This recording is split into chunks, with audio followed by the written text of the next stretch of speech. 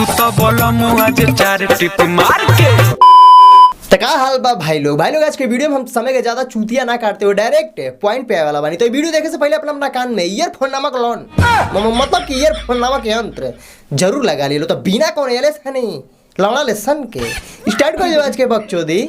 आइए देखते हैं बैठचंद मजा आएगा। भगवान बड़ी फुर्सती से वाह वाह वाह वाह का गाना गइले बा ना सरवा। तहार गाना सुन के मन हमारे इतना जे खुश हो गइल बावे कि मन करता कि 11 रुपया आ 4 जिंदा झाट नोच के तारा के इनाम दे दी। भाई सब कुछ ज्यादा नहीं हो गया, मतलब कुछ भी। तोहरा ढोरी बनौले बारे कौन ची बनौले बाड़े? तोहरा ढोरी बनौले बारे। 1 मिनट अंकित अकेला भैया जी तारा कहले मतलब कि भगवान बहुत फुर्सत से ओ भौजी के ढोड़ी बनौले बाड़े। अरे तहारी बहन के गाड़ी में बसलिन पेलो जब भगवान खाली ढोड़िए बनैले बाड़े तो बाकी सामानवा का तहार बड़का बाबू बनैले बाड़े। सार तू नाही भगवान बड़ी फुर्सत से ढोड़ी बनैले बाड़े। हमार टेढ़का केरावा के बनैले बा तहार मौसी बनौले बाड़ी। सार तू नाही गाना गावत ना लाड़ चाटत ना माया लागता ए सैया। ए भौजी कौन ची के तहरा माया लागता हो ना सरवा। हम समझ देखी पाओ कि ये भौजी के हई मधु सिंह छिना मतलब कि ये भौजी मधु के कौना चीज के माया लागता यार। साया हमारा खोले में।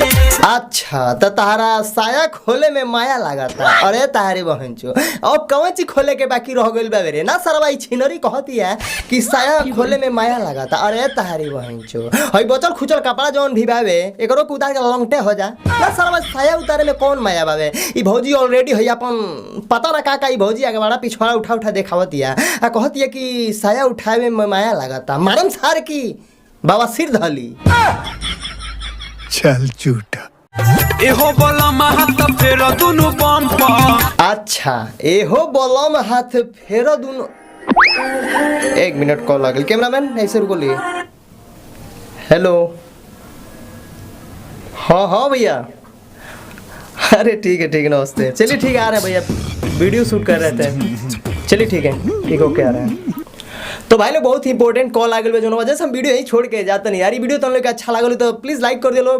बाकी वीडियो अच्छा ना लगे तो डिसलाइक भी कर सकते बड़ा लो यार। बाकी वीडियो हम आफ्टर मतलब कुछ दिन के बाद कल अच्छा से रिकॉर्डिंग करके जबरदस्त ठोकाई करे वाला बानी है जितना भी असलल सिंगर माने सन। तो फिर से मिलते बानी ऐसा ना नेक्स्ट वीडियो में। तब तक के लिए